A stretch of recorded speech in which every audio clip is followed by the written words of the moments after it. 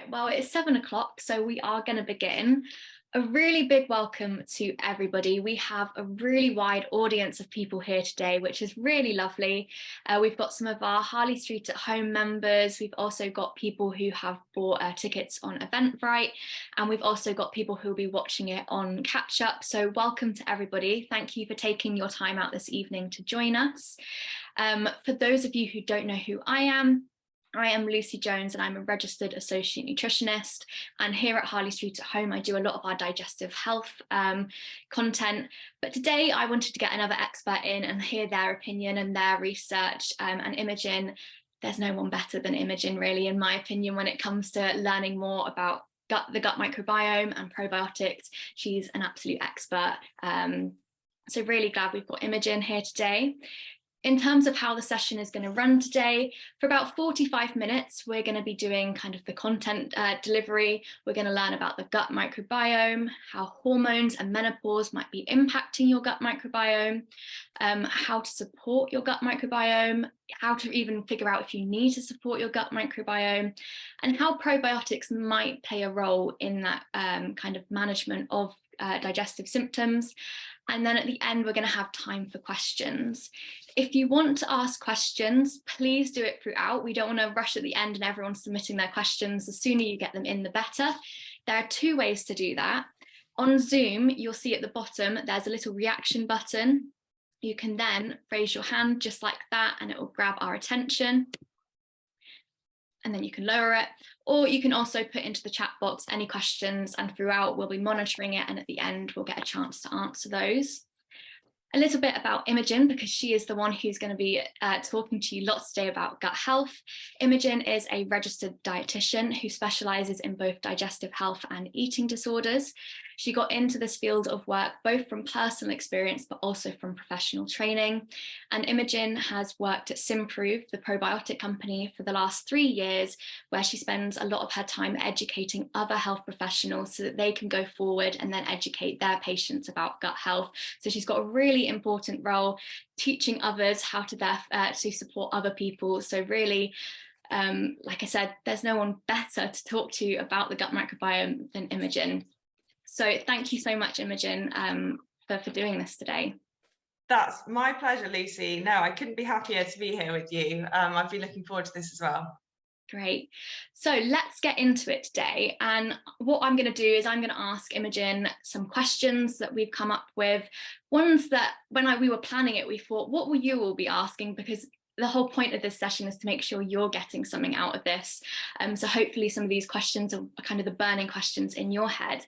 And I guess the first question is, what is the gut microbiome and why is it so important for us?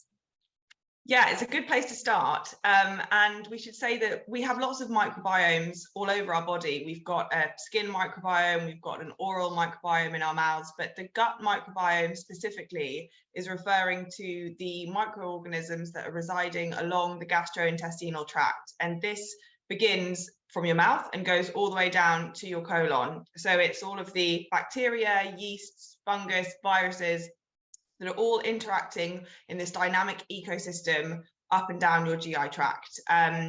It's different in everybody, it's continuously changing.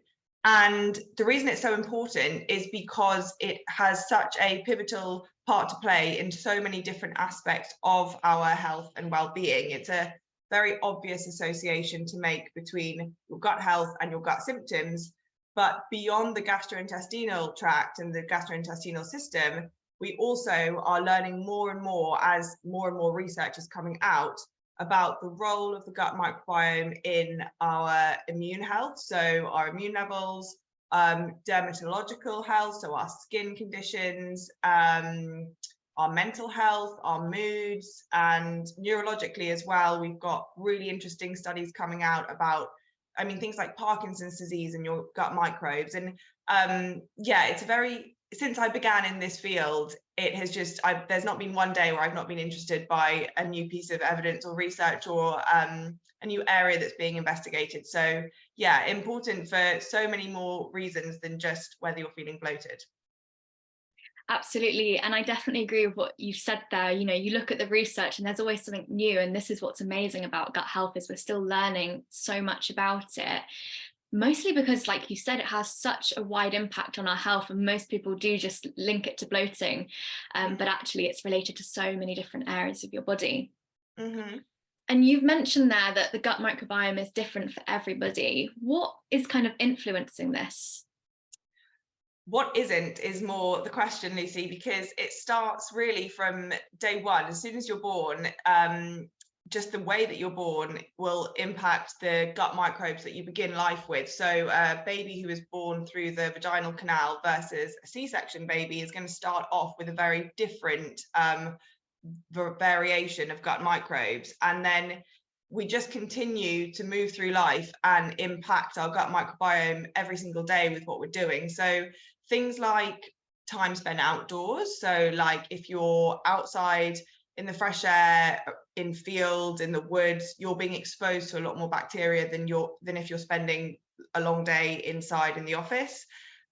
Things like our movement levels. So we, I mean, interestingly, exercise is, always linked to being very good for you, but actually moderate levels of exercise and movement have, yes, been shown to improve the levels of good bacteria in our guts and increase the production of things called short chain fatty acids, which we'll talk a bit more about later. But moderate exercise is good, but actually really intense exercise has been shown to have the opposite effect on gut function and decreasing the variety of microbes. So movement is an interesting one, which will impact your gut diversity and your gut microbiome. Then things like stress. So if you are chronically stressed, the intestinal secretions are going to change in your gut. So stress hormones like cortisol can change the secretions and the permeability of our guts, and that can lead to increased symptoms of IBS associated things. Things like sleep. Sleep is one of those, I don't want to use the word vicious cycle, but one of those frustrating, like, you want to sleep so that your gut can function well. And if you're sleeping well, your gut's functioning well. But then it's also reciprocated that if you're not sleeping well, your gut diversity decreases and you're not producing the hormones like melatonin that will improve your sleep. So sleep and your gut are very closely related. And that's sort of touching on hormones there, which we're going to talk about a bit more in a minute. But then the obvious one, which everyone will, have their own opinions on, is diet and the dietary influences on your gut microbes, which are vast. And I mean, to pick a few things: fiber, polyphenols, prebiotics, probiotics. There are lots of different components in our diets. And if we're eating more of them, we will be prone to a specific type of variation of microbes. And if we're eating more processed foods and limiting our variety, we'll be more prone to another type of microbe. And then lastly, things like medications. So antidepressants will affect the motility of our gut. PPIs or antacids will affect the acidity in our gastrointestinal tract. And the big, buzzword of the moment, antibiotics, obviously avoid if you can, because they will kill not only the bad bacteria, but the good bacteria as well. So those are just a few things that will influence the gut microbiome, and that's why it's different in everybody. And there are so many different factors. It always amazes me when I'm reminded of all the different factors. And this is exactly why we, as you've said, we all have such a unique microbiome. I mean, even when you look at studies of identical twins, they've got different microbiomes because everyone has, different stress levels. They sleep differently. They've been on different medication. Their diet differs. And one in particular that you mentioned there that I'd love to know more about, and I'm sure all the ladies here tonight would, is more about the link between hormones and the gut health. And I mean, in terms of a clinical setting, so when I'm working on a one-to-one basis with clients, particularly in perimenopause or menopause, see either women for the first time suffering with digestive symptoms at this stage of their life, or their digestive symptoms have suddenly got much more worse. What's that link there between hormones and gut health? Well, hormones and gut bacteria and your gut health they're under reciprocal influence. So they are completely linked, and I think it's probably an area that needs to be appreciated more, because it's huge. So your hormones and specifically we're talking about estrogen really, your microbiome has what's called the estrobolome, so a specific group of microbes are called the estrobolome, and they are responsible for regulating estrogen levels in your body. And how they do this is they produce an enzyme called beta-glucuronidase, very long name, but this enzyme is designed specifically to deconjugate estrogen into its free form. So bound estrogen, free it up into free circulating estrogen so it can move around the body. And this will obviously help the maintenance of the female reproductive system, regulate your body composition, your musculoskeletal system, and in return, estrogen can benefit your gut microbes by promoting good bacteria, protecting the diversity of your gut microbiome, decreasing the presence of pathogenic bacteria, and reducing inflammation and improving permeability of your gut wall. So your gut microbes are relying on enough estrogen to be free and circulating. And in order to have free circulating estrogen, we need your estrobolome, the specific microbes, to release that estrogen in the body. And when it comes to things like perimenopause and menopause, because you've got fluctuating levels of estrogen which are dropping, you are then very prone to more gut symptoms, IBS type symptoms, because your microbial diversity is going to decrease with the decrease in hormones. So that is why it's very common for women who are going through the menopause to feel like they are more bloated, or they're experiencing the range of symptoms, constipation, diarrhea, everything that falls in the bracket of IBS that sort of comes along almost out of the blue, but actually there is a physiological connection there with what's going on with your hormones. Wow. The God, I can't pronounce it. Estrobolome, is that how you say it? Yeah. Yeah, I've only heard of that a few times, so it's really interesting to actually learn how that can impact your gut microbiome. Really similar words to some extent there. In terms of then now thinking about our gut microbiome, if our hormones can influence our gut microbiome, obviously there's only so much we can do to influence our hormones at menopause. Some people might be on HRT, some people might not. What else can we do to support our gut microbiome? So caring for your gut microbiome is, I mean, it's kind of like an endless question, because there are so many things that will influence it, which means there are so many things you can do to help care and support your gut health. And I tend to think of gut health as two sections, one being your microbial diversity, so your gut microbiome and how diverse that is, but also your gut function. And to have good gut health, you need a nice diverse microbiome with a good functioning daily movement, let's say, or routine. And that kind of comes into, well, then that brings us into bowel movements and things like that. And how we can support gut health is really very basic things on a daily basis. Your gut likes routine, and this is routine with not just meals, but also movement and rest, and doing the same things that roughly, I mean, we're not talking about a rigid routine here, but repeating your daily routine with rest, movement, meals, and all of the components on a daily cycle will help your gut function and will help your microbes start to work and stop working at the right sort of times. I don't know if I've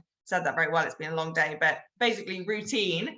And then within your routine, trying to increase diversity of your diet, plant-based foods, things that are rich in fiber, soluble and insoluble. Polyphenols are like, great, like gold dust for your microbes. Polyphenols being the brightly colored fruits and vegetables. So your microbes use them as fuel to then reproduce. Then prebiotics and probiotics. So prebiotics being things like onions or garlics or artichokes, and they fuel the good bacteria that's in your gut, and the good bacteria itself, that's what's called the probiotics. And they can be found naturally in fermented foods, but also in supplement form.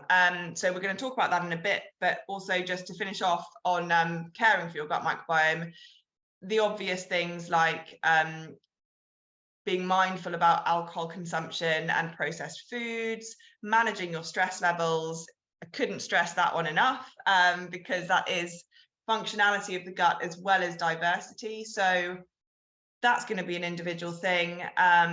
Whatever works for one person may not work for the next, but things like a daily walk, or it might be reading, or it might be journaling, or it might be meditating, whatever it is that can calm your nervous system, because we tend to operate mainly in a sympathetic state, so in a kind of stress, fight or flight mode, like a stress state, because we have such busy lives, and this just doesn't do our guts any favors. So it's about trying to tap into a parasympathetic state as often as you can, and that might be just stopping yourself to do some deep breathing for 10 minutes in your day, and yeah, just slowing yourself down can work wonders on gut functionality and diversity. So yeah, I think I've answered that.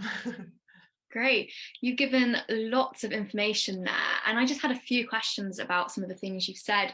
So you mentioned in particular there how plant-based foods are really important because of the fiber that's there. Is there much research around the impact of kind of animal-based foods? So something I might often see when I'm working one-to-one with someone who's experiencing digestive symptoms is that they might go, I think it's meat or kind of animal-based foods that might be causing my symptoms. Is there much research out there on whether these could be having an impact or whether they can benefit? What's the kind of the research looking like? So it's an interesting one, and I actually had a chat with one of my colleagues the other day about this, because your microbiome is smarter than we give it credit for often, and actually your microbes and your microbiome will change depending on what you put in your body, and it's not actually the other way around. So somebody's coming along thinking, I mean, all the time I get it, like, I've got an intolerance to this, I think I'm sensitive to this, la la la. And I said, well, have you eaten much of it recently? Like, and they say, no, I cut it out for 6 months or whatever, and I had it the other day though, and I'm definitely intolerant because I reacted so badly. And I was like, okay, well, your body works on a functionality kind of basis, and if you're putting something into your body and it needs to digest it, your microbes will create the right microbiome to digest that. And so doesn't it make sense that if you stop eating a certain type of food for a certain amount of time, your body will stop producing the microbes or the enzymes it needs, and then you may struggle to reintroduce it, but your body will also readapt. So if you continue, and I mean, this is a whole nother, I'm going off on a tangent here about reintroducing diets. But in answer to your question, the research absolutely suggests that a diet high in plant-based foods and rich in fiber is really beneficial for your gut, and getting up to 30 different types of plant foods a week has been shown to positively influence the diversity of your gut microbiome. So when we say 30 different types of plant foods, this is also including things like spices, not just different fruits and vegetables. So herbs and spices are counted in that 30 plant types as well. But I suppose a gold standard diet is like the Mediterranean diet, which is basically fresh produce, lots of fruits and vegetables. But that's not to say things like animal meats and dairy are bad for the gut microbiome at all.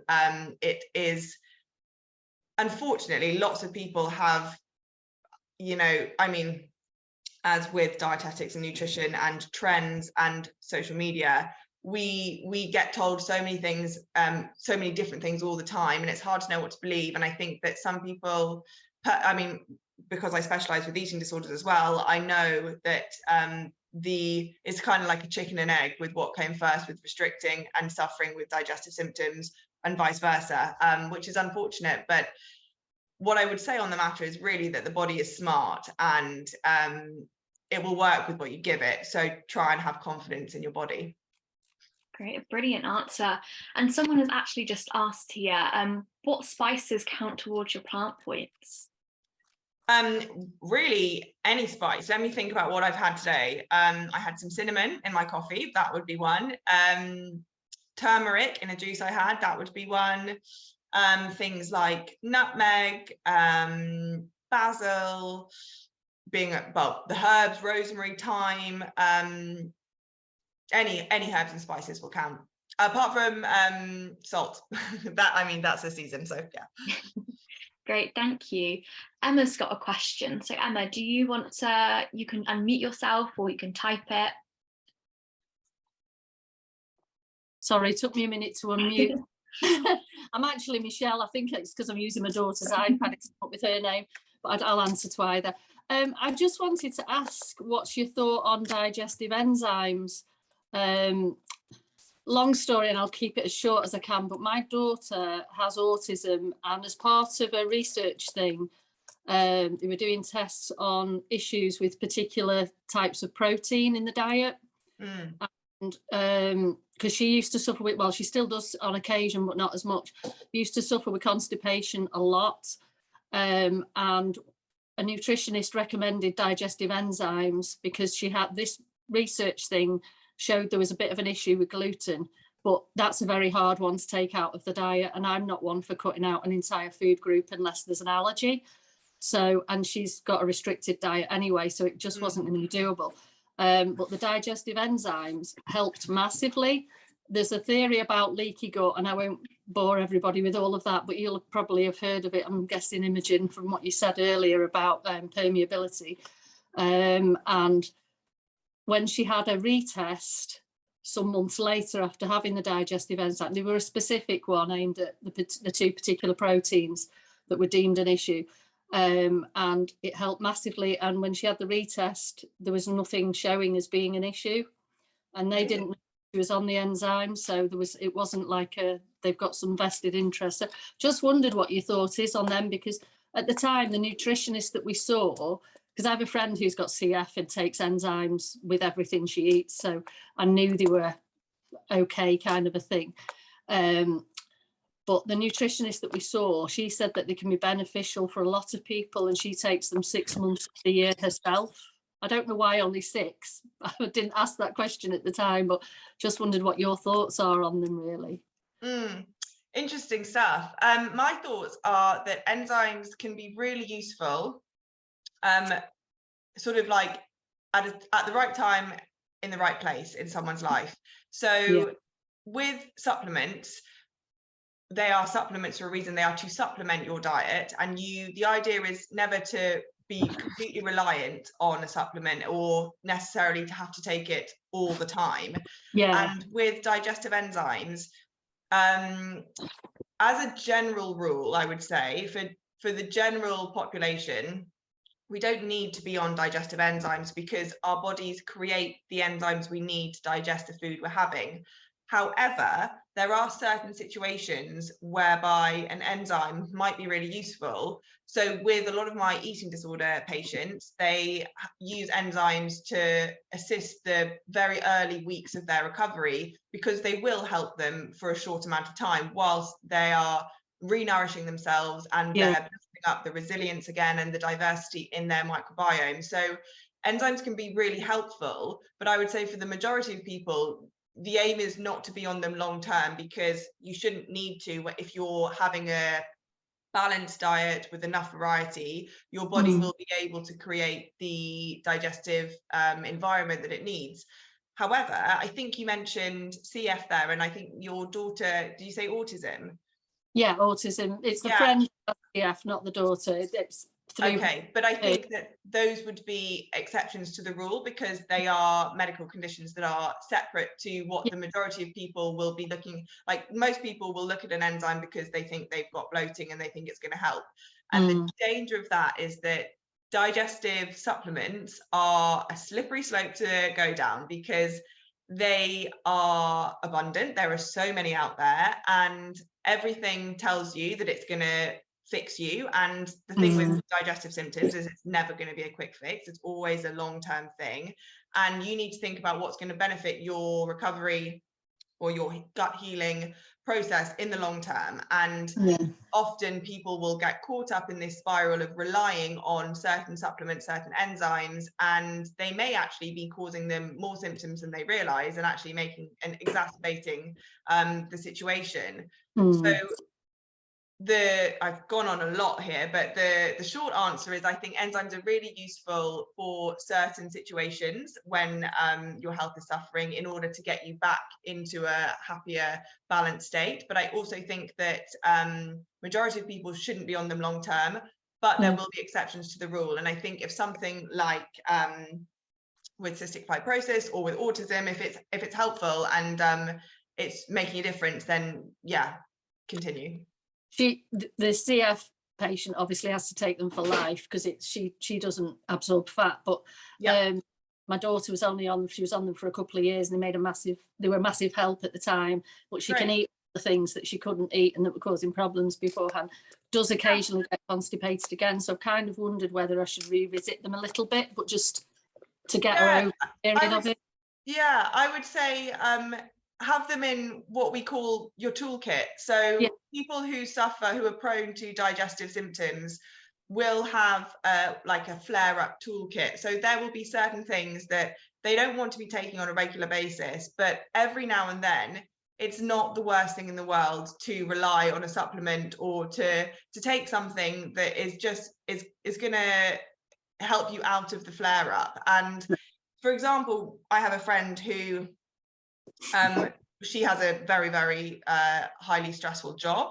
And when she's got periods of like 2 or 3 weeks at work events where she knows she's really under a lot of pressure, she will take a digestive enzyme for that period of time. So it's like she knows that she's going to be slightly compromised, she's under a lot of stress, and she finds digestive enzymes useful when she's on her work trips. She doesn't take them all the time, but when she's away for those 2 to 3 weeks, she does. So it's kind of like, finding what works for you and thinking, is this something I'm doing in the short term that's going to help me feel better, and is it going to affect my long-term comfort as well? And that's kind of always what you've got to weigh up when you're thinking about a digestive healing journey.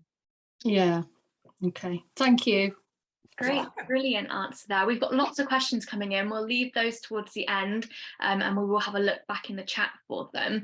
But as we're kind of talking about supplements, could you explain a little bit more about what probiotics are and when someone might want to use one?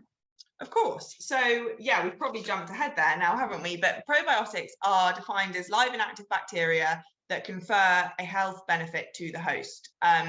So probiotics are the good bugs. They can be found naturally in fermented foods and products, live cultures like live yogurts or blue cheeses, for example, like the blue bits of the veins that suggest that there are live cultures in there. But probiotics are also found in supplement form, and they are to be taken in addition to a healthy, balanced diet, not in replacement of. And when you take one, it could be for a variety of reasons. It may be that you, like we were just talking about, you feel like you haven't nourished your body very well recently. You've been through a period of, particular stress, emotional, physical stress, and you feel like your body needs a bit of support. Your body may be giving you the signals. You may have an IBS flare-up. There may be, low-key chronic digestive discomfort. Or you may have taken a course of antibiotics, in which case I would say that would be an obvious, like a therapeutic need to then replenish the good bacteria in your gut if you have done a course of medication like an antibiotic. So probiotics will work to transiently stimulate the production of short-chain fatty acids by promoting the growth of good bacteria in your gut. And short-chain fatty acids are things like acetate, propionate, and butyrate. And together, these will feed the cells of your colon, so they will improve your gut permeability. And on a systemic level, they will also reduce levels of inflammation in the body, improve your cytokine responses, and generally they're kind of like gold dust. So yeah, that's what probiotic is aiming to do. Is a supplement that's aiming to rebalance the state of your microbiome and reverse what may be a state of dysbiosis, which is an out of balance gut microbiome that has more pathogenic bacteria than helpful bacteria, and reverse that back into a eubiotic balanced state. Great. And just a question I've actually come up with the top of my head is, are there any adverse reactions to taking a probiotic? Is a probiotic going to be suitable for most people, or are there some people out there who actually should probably be avoiding a probiotic? So a probiotic comes with caution, I would say, because if you are trying to rebalance your gut microbiome, you are going to have to expect that there may be a few weird gut sensations in the process of doing so. So I would always say, to manage expectations, if you're starting a gut supplement like a probiotic, you can expect that within the first week there may be a little bit more bloating, or that you may have a little bit more gas, or there may be some weird feels whilst things are adjusting, but you wouldn't really want that to last. And so each different supplement out there will be tolerated differently for different people. So again, because it's such a personal thing, it will be about finding what works for you. Sorry, it's almost like 7:30 on a Tuesday. So finding what works for you. And I would say that you just have to look out for yourself when it comes to whether you can take a product or not. I think one of the other things we were going to discuss, wasn't it, was how to choose a probiotic. And certainly there are products out there that not everybody can take, and you kind of have to be considerate of what else is in the product other than the live and active bacteria, and allergies and intolerances and things like that as well, just to look out for. Great, thank you. And there really are so many different probiotics out there. And I know, again, when I'm working with somebody, they are probably mentioning that they've tried some probiotic brand that you've probably not heard about. So you have to go away and do the research. You walk into drugstores nowadays and there's shelves of them. What should someone be looking for when they are looking for a probiotic, specifically women, because we've got a group of women here? What are we looking for, really? So firstly, I would say you're looking for it to be backed by science. Like you said, walking into a shop, a Holland & Barrett or whatever, there are so many options these days. So you want your supplement to be clinically backed and have some good evidence behind it. And potentially you might be looking at the strains that are in the product and checking that they're good for the purpose that you're wanting to take the probiotic for. You want there to be an effective dose of probiotic bacteria in the product. And what I would say about this point is actually that it's absolutely not a case of quantity beating quality here. So with probiotics, you're looking for quality over quantity, and it's not the case that the more bacteria in the product, the better. Usually you'd be looking for anything between 100 million to 50 billion CFUs per dose, and a CFU is a colony forming unit. But those colony forming units may come from just 3 or 4 different strains of bacteria. You don't need loads of different strains in the product. So just to be wary of that, it's not always the more the better. You want the product to be adequately labeled, of course. You want the safety profile to be on point and safe for your own consumption. So just checking to see what's in the product. And yeah, as we mentioned, like obviously we've got a group of women here, and what might they be looking out for? The two of the most well-researched strains of bacteria will be the Lactobacillus family and the Bifidobacterium. And specifically Lactobacillus acidophilus and Bifidobacterium bifidum have been found to be very useful when it comes to PMS and hormone-related gut symptoms. Lactobacillus acidophilus has also been shown to help with endometriosis pain, if anybody knows anyone that suffers with that, because endometriosis and gut health are so, well, there are so many blurred lines.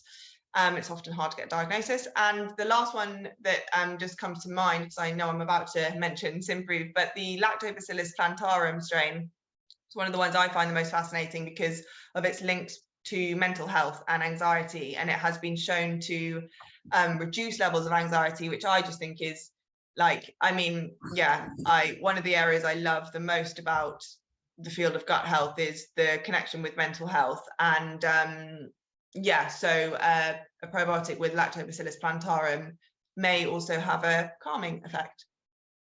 Great. I mean, there's so many different strains of bacteria out there, and you've just mentioned a few, and you said them all beautifully, which is incredible because, God, when I try to pronounce them, they're a mouthful to say. Obviously, you're the dietitian that works with Symprove. Could you just tell us a little bit more about Symprove and what research is there around it, and why it's actually one of these ones where, there's a bit of evidence behind it? Yeah, sure. So Symprove is a water-based probiotic supplement. So it's a solution of live and active bacteria that are, well, there are 4 different strains.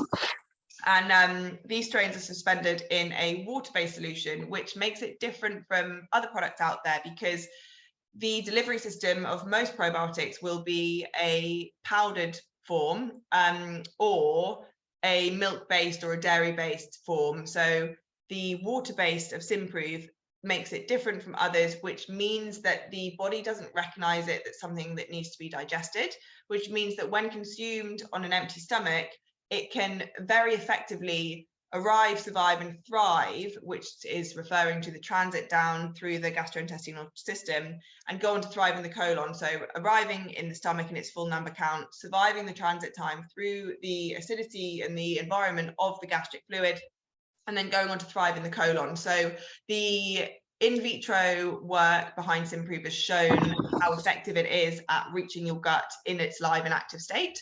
And the in vivo work, so the human trials that we've had done, shows that Symprove is effective in helping 92% of people who have IBS type symptoms to feel better after they've taken a 12-week course of the product. So our recommendation is 12 weeks of Symprove, and it's a 70 ml dose first thing in the morning on an empty stomach, like I said, to assist with the transit time. And yeah, we've done a trial that suggests after a month of taking the product, 50% of people felt an improvement in their gut symptoms, but after a full 12 weeks, up to, I think it was 92%, or I know it was 92% of people felt an improvement. And this really just goes to show how resilient the gut microbiome is, but also how different it is in everybody, and people notice changes at different points throughout their 12-week course. And we do suggest and highly recommend people stay on it for a full 12 weeks, even if they are experiencing an improvement sooner, because your gut microbiome has what we call the microbiome memory. So if you have been in a state of dysbiosis for a very long time, if you've had a chronic dysbiosis, your gut is very used to that balance. And after 4 weeks of a probiotic, whatever product it is, it's going to be very quick to go back to default back to its dysbiotic state because it knows it. So you have to kind of remind your gut the ways that you want it to change, and keep reminding it of the good bugs. And we have established with Symprove that 12 weeks is a sufficient period of time to do this. Great. I could go on about that, but it's free from everything. It's suitable for everyone. And you store it in the fridge once you open it, but until then you just keep it at room temperature. And we've got 3 flavors. The mango and passion fruit is the most popular, the original one, and then the strawberry and raspberry, which came out this year, which is also really lovely. Great. And you mentioned there how you recommend to take it for 12 weeks. What about beyond the 12 weeks? Because this is a really common question I get. People are like, I feel much better on it. Do I keep going? Do I stop? What's your opinion on that? My opinion is, I feel like I've said this so many times, that it's personal for everybody, and there's absolutely no harm in carrying on with Symprove if you have the finances to do so and you want to carry on. You absolutely don't need to. Lots of people will do their 12 weeks and then see how they go without it, and if they feel like they need to go back on it, they will. And some people will find that they'll stay on it for life. Some people will find that they'll do a top-up 3 months, like, they'll do it once a year. Some people will decide that after their initial 12-week course, they're just going to do a month of it ad hoc here and there, just to top up with the good stuff. So it's it's down to an individual with that one, but there's no harm in just carrying on with the morning shots. Great. I feel like we have just covered so much information. Is there kind of, if you can, kind of one key take-home message that you could give everybody today? We have covered a lot. So my key take home message is probably just to don't underestimate your microbes and how much impact they have on everything in your body, not just your gut symptoms. So yeah, the gut microbiome is related to so much more than you expect it to be. Great. And then finally, I know you've said, I guess another take-home message is the gut is so unique, and what we all need to do is so personalized. And you and your friend could have the same gut symptoms, but actually you might need to do two very different things to help them. Are you able to give 3 general tips to help improve gut health? Kind of, again, a bit of a summary. Yeah, absolutely. So my top tips for gut health would again sort of reflect what I said earlier about gut health being about diversity of your microbiome as well as gut function. So my first tip would be to eat a variety of different foods. Just try and add something new to your weekly shop, and boost your gut microbiome and the diversity through lots of different foods. I would say managing stress is my second tip, because the effect on gut function is massive. So doing what you can to have your mindful moment every day is really important. And the third tip would be getting outside as much as possible, because this will do both of those things. It will improve the diversity of your microbiome, but it will also help to help your gut function through calming your nervous system by being surrounded by nature. So eating a variety of foods, managing your stress levels, and getting outside. Brilliant, thank you. I mean, wow, that is a lot of information that we've taken in. So it's really nice to have that kind of take home message and those 3 kind of top tips at the end. I can see in the chat you've inspired a lot of different questions. Before we get on to the questions, I'm just going to drop into the chat box now. We've been really lucky that Symprove have given us a 20% off discount code. So if you are interested in getting the 12-week kind of package of Symprove to try out, you can get 20% off. So just check the chat box for that. We've got lots of different questions coming in. So I'm going to start off at the top. We've got, if someone is on antidepressants or antacids, can they improve their gut health? Yes, absolutely they can. And I would suggest they do if they're on antidepressants, that 95% of your serotonin, your happy hormone, is created in your gut.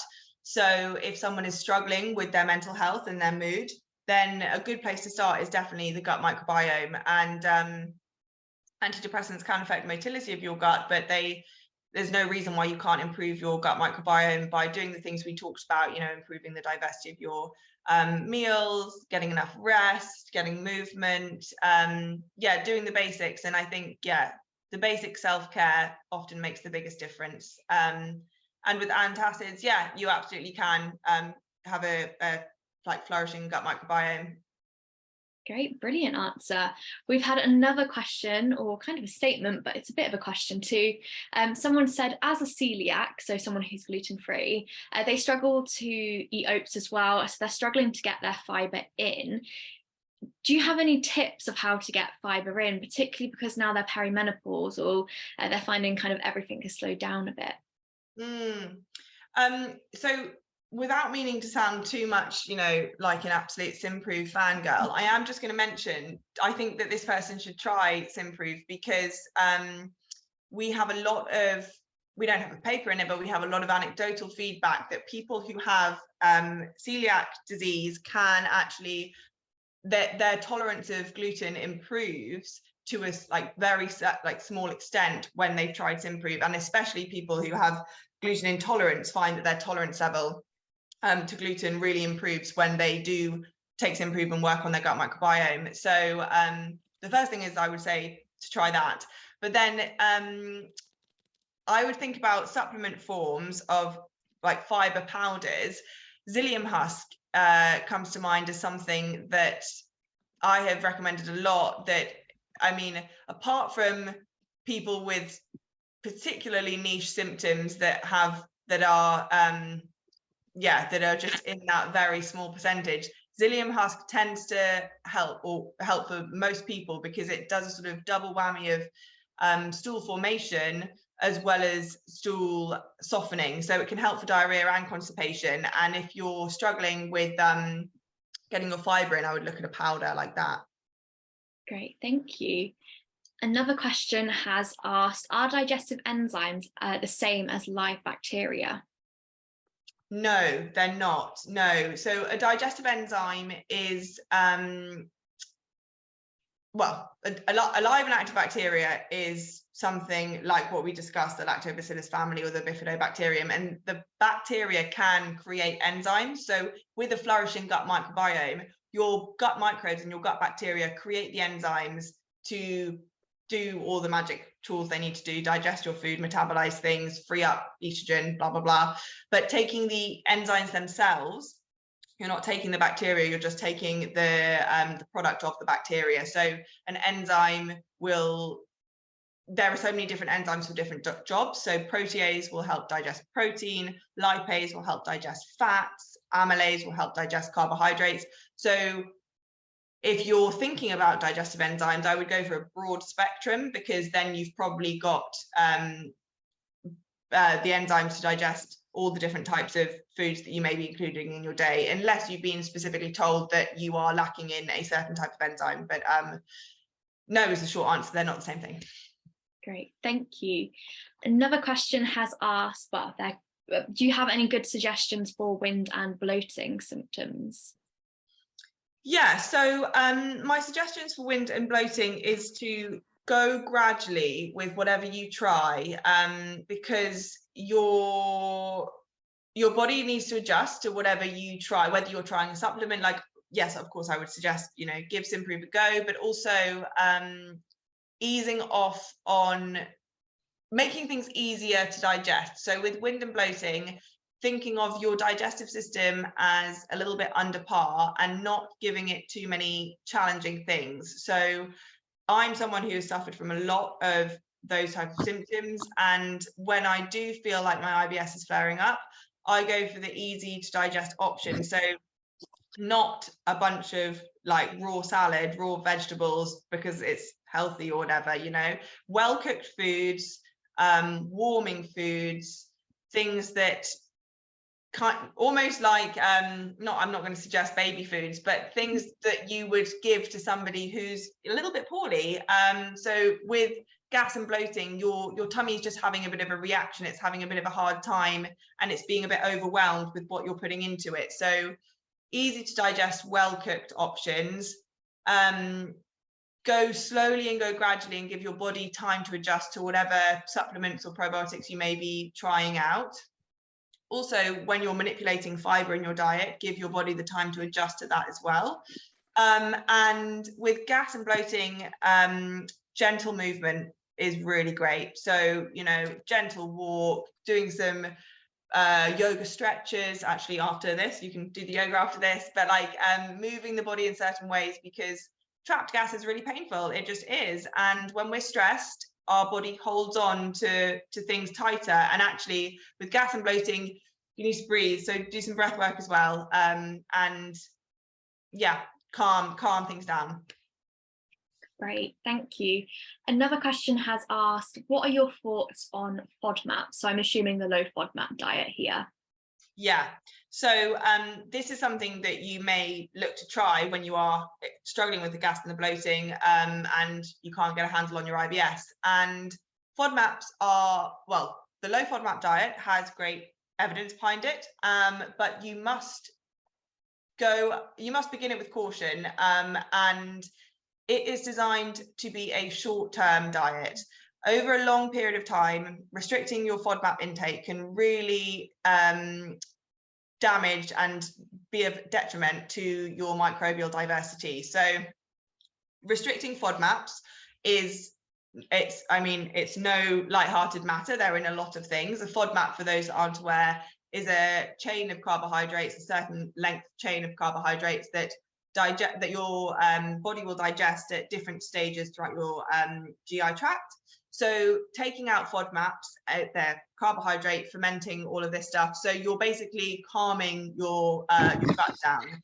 But FODMAPs happen to be really wonderful prebiotic and probiotic things. So you don't want to do it long term, because otherwise you're starving your gut microbiome. But in the short term, a 2 to 4 week low FODMAP diet can be really helpful for calming symptoms, but you must reintroduce things appropriately when you can, and often with the help of a professional dietitian, because going back to my specialty areas, FODMAPs is an area of restriction, and with eating disorder patients particularly, you get caught up in cycles of avoiding things and being so anxious about eating them, and actually it's the anxiety that's causing the symptoms, not the food itself in the end. So I think FODMAP diets work when done correctly and under a short amount of time, or for a short amount of time. I absolutely agree. There's no end of people who are put onto a low FODMAP diet by a doctor, for example, and then you see them a few years later and they're still trying to do that because they've not been told it's short term. So it's really important that if you do it, you get the correct support and that you only do it short term. Yeah. Okay, so we've had quite a few questions popping up. I've had a look at various messages, and people are asking, or they're saying they're a bit worried that they've been on PPIs and they're just worried for a few years, and they're just worrying whether that's having an impact on their acid reflux. I don't know if you know anything about that. So yes, I do. And PPIs, I would say I'm probably not qualified to answer, or not, it's not appropriate for me to answer the individual cases because I'm not your doctor and I don't know. You have to look at the whole picture. A PPI, proton pump inhibitor, will affect the acidity levels in your gastrointestinal tract, and generally like an acidic environment is a good thing for your gut and your bacteria. So being on a PPI can sometimes lead to dysbiosis, that's true. But if you're on your PPI chronically long term, your doctor's done that for a reason. So you need to check that you're still meant to be on it and that you're still receiving the right care. What you don't want to do is to be so scared of your acid reflux all the time that you're just continuously taking a PPI and an antacid and then disrupting the balance of your microbiome because you're focusing so much on the stomach that you're kind of forgetting about the gut. But as I said, it's going to be really individual, and I can't really comment on personal cases without knowing the full medical history. Absolutely. And anyone who is kind of wondering and did ask that question, it might be worth going to visit your health professional yourself and seeing if they can give a bit more personalised advice, particularly if you are a bit concerned there. Another question we have had is, what might I notice during the 12 weeks of taking Symprove? Don't really have any obvious symptoms apart from a slow digestive system and some constipation. So really common, and it's the only clinical side effect, I suppose, that's noted is a loosening of the stools. It's not even like a drastic side effect. It's just a loosening of the stools within the first 5 to 7 days of taking Symprove. And lots of people comment on how they feel a little bit more bloated or a little bit more gassy during that first week or two. But then we would expect things to calm down. And so I can't remember, what was the question, what she would notice or what she might expect to experience? What might you notice? So now she's not got too many obvious symptoms apart from kind of a slow gut and constipation. So I would expect you to have an increase in your stool frequency and your constipation to be eased. Worth saying, actually, because for me personally, I mean, I am one of the very niche, complicated medical history kind of cases. And for me with Symprove, I take a half dose. So people will tolerate it at different amounts. And if you are somebody who's particularly sensitive, I would always say that there's always the option of decreasing it to half a dose or a quarter of a dose to begin with, just to ease your body into it. But no, after the first couple of weeks, we would expect you to just start feeling better and better. And if you don't even have like particularly notable gut symptoms to begin with, you may start to notice other things like, I don't know how your skin is, but people often comment on their skin being clearer, or their sleep being improved, or their mood being elevated. So really the list is kind of endless, and we always enjoy the feedback from people because there are so many positives that people come back with. Great, thank you. And then I think our final question for the evening will be, what are your thoughts on regular colonic irrigations to deal with digestive symptoms? I'm going to be blunt and say my thoughts are don't do it, that it's a really difficult cycle that you're going to get trapped into there, because a colonic irrigation will wipe out your bacteria, and it's not a long-term, it's not sustainable for your gut bacteria and your microbiome and your gut wall to handle long-term. I get that someone suffering from debilitating digestive issues that wants to feel a relief from a colonic irrigation, and that does feel like that helps. It's hard to think, why wouldn't I get them regularly? But as we discussed a while ago now about the toolkit, it's kind of one of those things that if you do it every now and then, okay, that's what works for you, that's what makes you feel better, but it's not something I would be relying on regularly. Great, thank you. Lots of brilliant questions there, and I'm really sorry we didn't get time to answer them all. I really wish we could sit here all night and get through them all, but we just don't have the time. Thank you so much, Imogen, for taking an hour out of your evening to talk about digestive health and kind of answer some really common questions. And hopefully everyone who's joined today or is watching back has learnt lots and has kind of been able to add to this toolkit that we often talk about. You'll receive an email tomorrow, hopefully with this recording on it. So if you want to go back, you can watch it in your own time.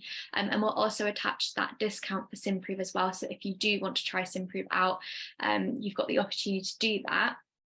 Otherwise, again, thank you so much, Imogen. I honestly can't thank you enough for doing this. It's been a wonderful session. I've heard lots of buzzwords that I'm now going to go away and read a little bit more about, particularly some of the bacteria.